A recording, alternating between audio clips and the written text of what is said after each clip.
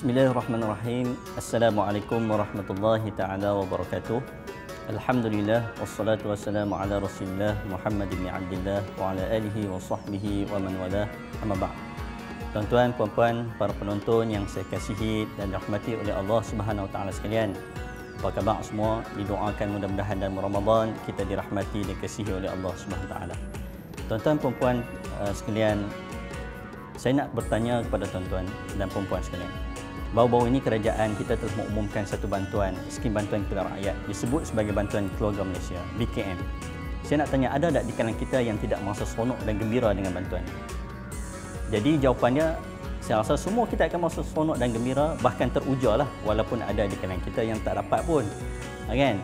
Itu kalaulah kita dapat satu pemberian daripada kerajaan, daripada pemberian manusia lain. Tuan-tuan, puan-puan sekalian, saya nak berikan satu perumpamaan yang saya katakan tadi. Bagaimanalah kalaulah pemberian tersebut diberikan oleh Tuhan pencipta segala alam, yang mana memiliki segala apa yang berada di muka bumi ini, iaitu Allah Subhanahu Wa Taala.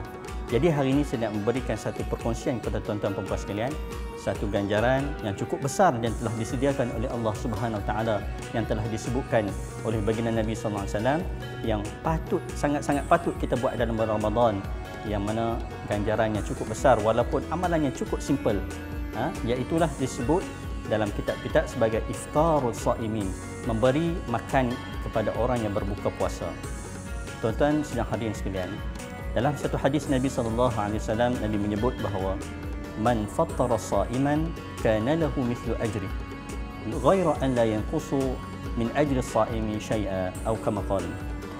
Hadis ini diriwayatkan Imam Ahmad, Imam Baihaqi dan Imam Tirmizi. Hadis ini bermaksud, barang siapa yang memberi makan kepada orang yang berbuka puasa, maka dia akan mendapat ganjaran pahala seumpama orang yang berpuasa tersebut, dan tidak berkurangan walaupun sedikit pahala yang dia dapat.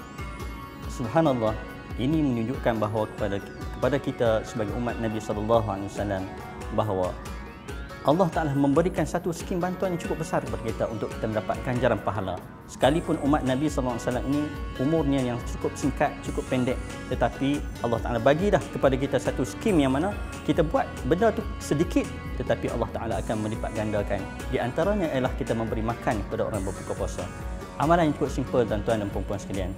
Kita tengoklah contoh daripada orang tua kita dulu, tok-tok wan kita, bila mana mereka masak untuk berbuka puasa. Misalnya kalau saya teringat kisah bagaimana tok saya dulu kalau masak, contohlah gulai kepala ikan, kan, masak untuk, dalam keluarga tu tak ramai pun, 7 orang, tetapi dia masak untuk 20 orang, 30 orang, cukup banyak kan, dalam kuali, dalam kawah kan, umpama untuk dia nak bagi kepada jiran tetangga. Jadi kata amalan ini cukup simple, dengan mana kita melebihkan juadah berbuka kita untuk tujuan kita mengagihkan kepada jiran tetangga dan orang yang memerlukan. Maka itu adalah terbaik, yang mana amalan yang simple, maka kita bagi orang lain makan pula, mereka mendoakan kita pula.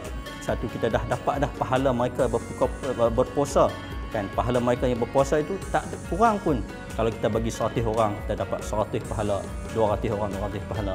Maka kita janganlah mempersia-siakan dalam Ramadan ini. Gunalah masa yang ada untuk kita melaksanakan satu amalan yang simple, memberi makan kepada orang yang berbuka puasa, walaupun sedikit, walaupun Nabi SAW, walaupun sebiji tamar, kan, mengikut kemampuan. Kalau kita boleh bagi pula jamuan makan cukup besar sehingga boleh mengenyangkan orang berbuka puasa, maka itu adalah lebih baik. Jadi maka saya menyuruh kepada saya dan tuan-tuan, ayuhlah kita memberi makan kepada mereka yang buka puasa ini.